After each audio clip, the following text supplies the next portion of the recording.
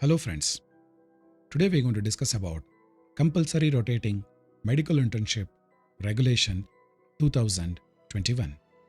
I'm Dr. Suresh Badadmat, Professor of Psychiatry, working at NIMANS, Bangalore. In this video, I'll be discussing about the National Medical Commission Compulsory Rotating Medical Internship Regulation 2021. In simple word, it is called as CRMI Regulation. National Medical Commission Act was passed in the Parliament and signed by the President on 8th of August 2019. In this video, I'll be more focusing on this internship. As per Section 24 of Undergraduate Medical Education Board, the function is very clear. Section 24 clearly says that the UG Medical Board shall determine the standards of medical education at undergraduate level and oversees all the aspects of UG training.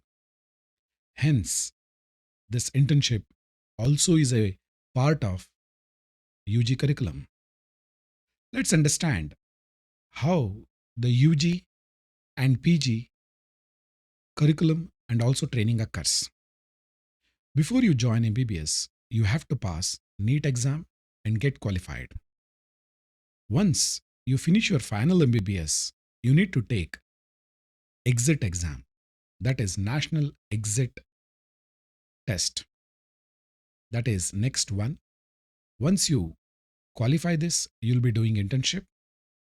After internship, you'll be doing next two. That will be the exam for permanent registration and also for selection of post-graduation. The internship is very specific. It is after final MBBS exam and next one test. If you look at the National Medical Commission, under that, the four autonomous board, the UG board is the one which has been given responsibility of conducting UG graduation and also the standards, curriculum, the way the training has to be done. Hence, this regulation is been drafted by UG Medical Board. This regulation is been drafted by the powers confirmed by Section 57 of the National Medical Commission Act, read along with Section 24.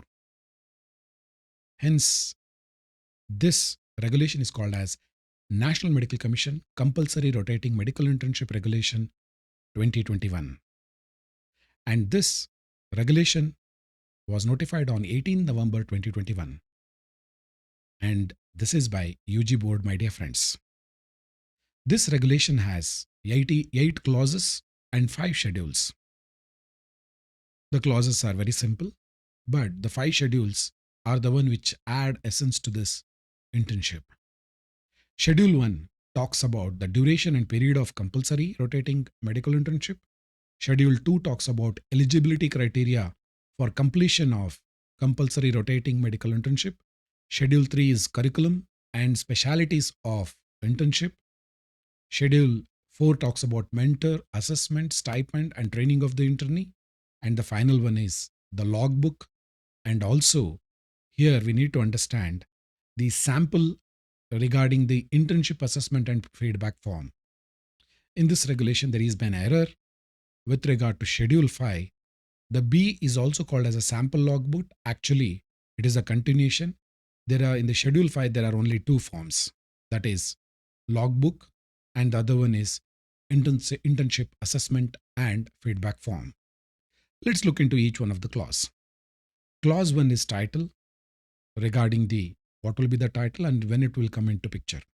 That is notification. Second talks about definitions.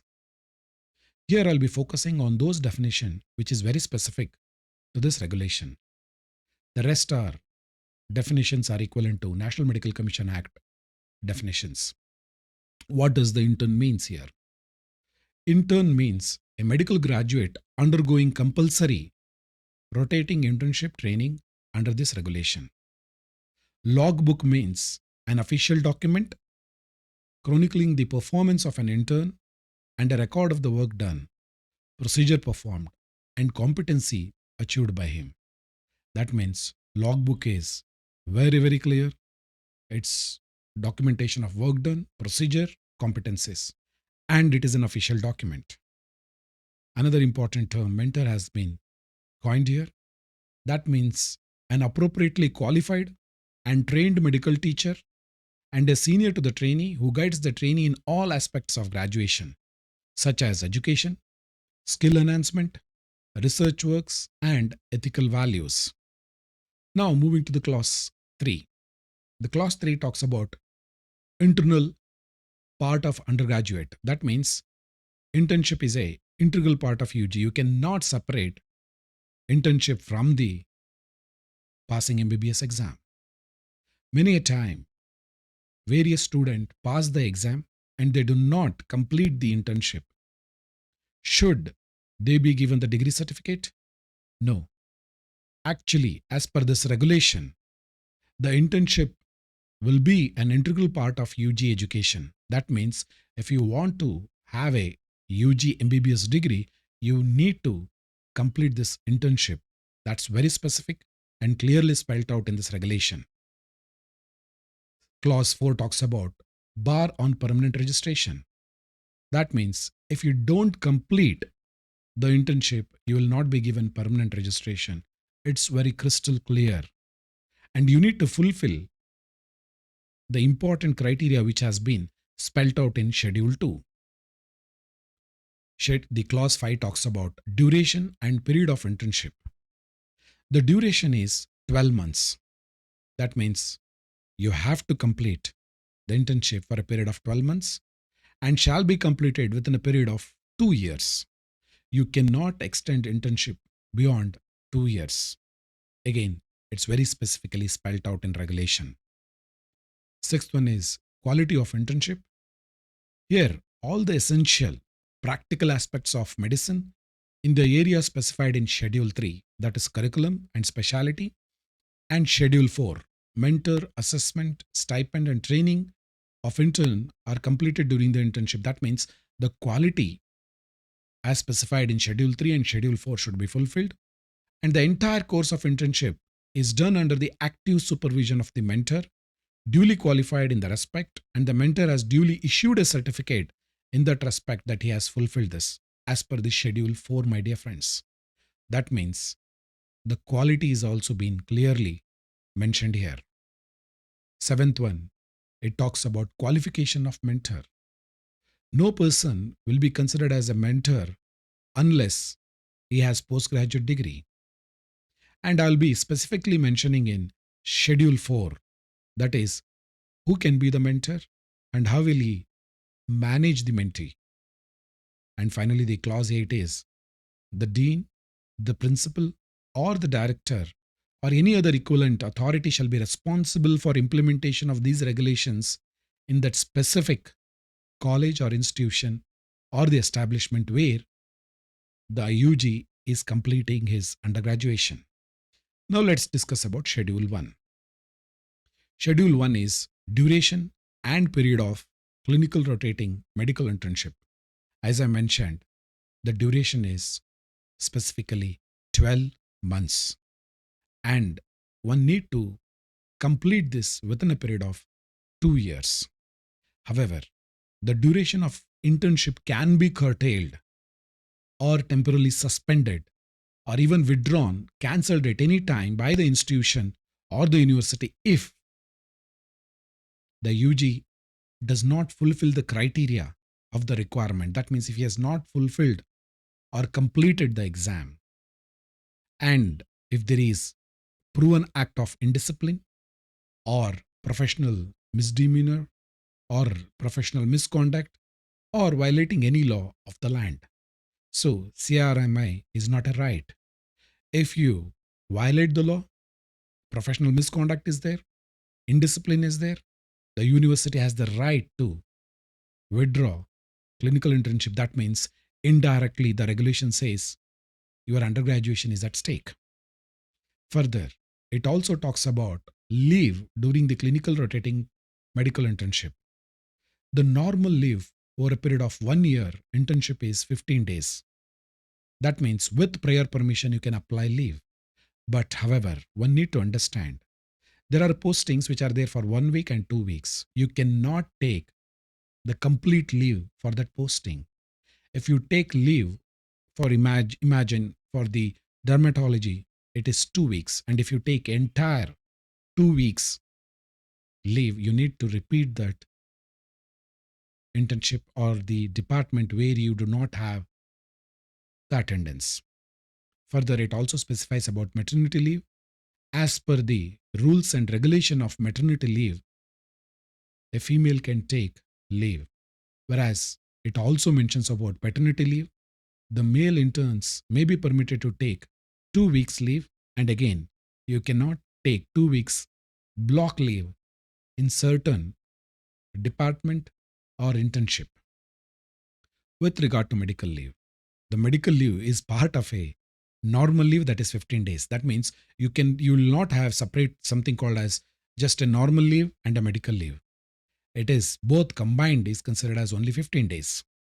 Any medical leave beyond 15 days will be decided by a medical board, whether it should be granted or not. And even if the medical board gives, he needs to complete the internship for 1 year. That means you will repeat those departments where the rotation is not completed. And anything which is extended or in the absence will be considered for a rotationship, my dear friends. And please remember, in whichever departments, if you do not have attendance, those needs to be completed and those specialty needs to be completed. Now let's understand about the Schedule 2. It is about the eligibility criteria for completion of CRMI. Here, there are two eligibility criteria, one for Indian medical graduates, another one for foreign medical graduates. What about Indian medical graduates? They need to pass the final MBBS and also the next step 1 or next one exam, National Exit Test. And the entire period of CRMI should be done in the same institute where you have done the UG. You cannot take transfer. The transfer is completely prohibited under this regulation. Earlier, many students would like to take transfer in those places where the work is very less so that they can prepare for PG entrance. This is completely prohibited under this regulation. That means you have to finish your internship in the UG place where you are completed. And for the armed forces medical colleges, 1 year approved services in armed force medical services after passing the final MBBS examination shall be considered as equivalent, but you need to finish community medicine posting, my dear friends. Now let's understand about the foreign medical graduates. They need to fulfill the Foreign Medical Graduate License Rate Regulation 2021. That means you need to fulfill those criteria. I've made a separate video regarding the Foreign Medical Graduate Licentiate Regulation, which is available. Please watch that video so that if you are a foreign medical graduate, you need to fulfill those criteria. And they also need to do internship in India. Although, if you have finished your internship abroad, you need to finish even internship again in India also. This is a concern which has been raised by many students who have finished their graduation from abroad. It may be from Russia, China, Ukraine, and various places. Although it looks absurd, but from the point of view of National Medical Commission, they want to maintain uniformity. They want to know whether the students have been properly trained and the training is up to the mark the way the Indian public health policy requires. Hence, the internship is being made mandatory in India also. They need to pass National Exit Test 1 again here. And they need to complete the internship in the allotted places. And if you do not do that, you will not be eligible for permanent registration. And once you finish your undergraduation and you have finished your internship abroad, you'll apply for internship in India, and State Medical Council will be coordinating this activity. And it will be done twice a year. Newly opened medical colleges or the medical colleges yet to be recognized will be given priority for allotting these students or graduates for internship. There will be a counseling based on the merit of next one exam. And in the medical colleges which are already working and in government medical college, it will be 7.5% of the permitted quota of FMG will be allotted into these medical colleges. Moving to Schedule 3. Schedule 3 talks about curriculum and specialities in where the interns will be posted. And this is how the Schedule 3 looks. And these are the various specialities the internship should be done. The duration is also specified. Community medicine, 3 months. Surgery, medicine, 6 weeks each. OBG, 7 weeks. Psychiatry, ENT, Aftal, 2 weeks. Pediatrics, 3 weeks. Anesthesia, 2 weeks. Ortho and emergency medicine, 2 weeks each. Forensic, 1 week. Dermat, 1 week. Till there, that is compulsory, mandatory postings. Whereas item number 14 and 15 is elective. That means the intern can choose. That is for 5 weeks. In this 4 weeks of elective, either the person can choose respiratory medicine like tuberculosis, DOTS, radiology, lab medicine, geriatric medicine. Minimum 2 weeks in each one of them he can choose for 4 weeks. That means a student can choose respiratory medicine for 2 weeks, radiology for 2 weeks. And finally, elective Indian system, 1 week is been given. Here he can choose either Ayurveda, Unani, Siddha or homeopathy. So the allopathy students are exposed for the Indian system and totally 53 weeks have been clearly devoted for internship, my dear friends. Schedule 4. This is where the mentor, assessment, stipend, training is being clearly mentioned. What do you mean by mentor? In this, it clearly says a mentor for an intern shall possess PG degree in the subject concerned and shall be duly certified as a mentor for the interns by professors and a head of the department. That means, my dear friends, each department need to have mentors to train these interns. Earlier, many of these interns are posted to various departments and they did not work under the mentors. They were working under the PG, that is postgraduate students' guidance. Now this regulation says that you need to have mentors. That means you need to hire postgraduates, qualified postgraduates for these mentees or interns. Assessment. These interns shall maintain a record called as logbook, which is to be verified and certified by these mentors or medical officers under whom they work. There will be a stipend. All interns shall be paid stipend as fixed by the appropriate authority. You need to understand this. Here, the government medical colleges have a fixed stipend across a state. The private medical colleges do not give stipend. Now this regulation is very clear. If the appropriate authority in the state says that, that is invariable, either the state medical council or the medical education says this is the stipend, even the private medical college has to give stipend to these interns. You cannot forego. Supervised training is very clearly mentioned. The mentors need to mentee these interns and it will be supervised and mentored. Adequate opportunities has to be given to develop competencies, to become confident in primary care physician. Each medical college must ensure the interns gets learning experience in the community, my dear friends. And finally, the Schedule 5. Schedule 5. This is the logbook of emergency medicine. This is how it can be documented with regard to the skills such as control of hemorrhage, intubate, various other things. And this needs to be documented. And here, finally, the assessment and feedback form.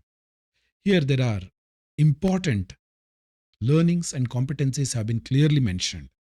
That is such as knowledge, patient care, procedure skills, independent care, communication skills, system-based practice, professionalism, and lifelong learning. And these need to be assessed on 4 important criteria: A, B, C, D. A is outstanding, B is good, C is average, D needs further training. That means the mentor needs to document this on each of these important criteria or the variables. Finally, the feedback regarding the strength of the intern, areas which requires improvement, and comments. Finally, the student and the faculty is going to sign. Let's critique this important regulation. CRMI regulations are well drafted, well thought of, well planned. And here, having a next one exam to start internship is very important. And I am considering it as a positive because irrespective of the medical college, the next one will be the qualifying exam for internship. That means there has been an allegation with regard to private medical colleges or autonomous medical colleges. These being private, they pass all their student. That was the allegation. Now, the next one is going to level all these allegations, and the students, both from the private and the government medical college, need to pass next one to enter into internship, my dear friends. Medical leave is clearly mentioned and it is gender neutral. Both maternity leave and paternity leave are given importance here. Duration of internship is clear. Logbook is well defined. And the whole internship gives ample of opportunities, emphasis on community medicine, and they need to learn and to become a primary care physician. I think this is a very important communication which has been drawn and driven to the medical colleges. Our MBBS students, when they pass out, they need to be confident in primary care physician. What are the negative aspects? Here, one of the important criticism which I have been coming to know by various students is they need to finish the internship with 2 years. If you do not finish within 2 years, what will happen? Will the graduation lapses? Will there be a penalty? Will there be a no registration? Whether they have to redo the whole internship or else the whole MBBS is not clear. That means that needs to be defined and clearly spelled out. The next, another important criticism is next one and next two exam. That means national exit test 1 and 2, that is before internship for provisional registration and after 2 for permanent registration. Why 2 exams? That too, national exams. Will they be student harassed? Will they become more exam driven rather than the skills based is one of the important criticism. Allotment of foreign medical graduates for internship is another criticism. Whether the state medical council will be able to do it, will those medical college will listen to them? That is another important criticism we need to face, and also we need to understand whether these medical colleges or in certain states, do they have adequate number of medical colleges so that these internship can be completed. And another very important criticism is these regulations appears to be very aspirational in nature. What about the pragmatic of implementation? Can it be implemented is a big question.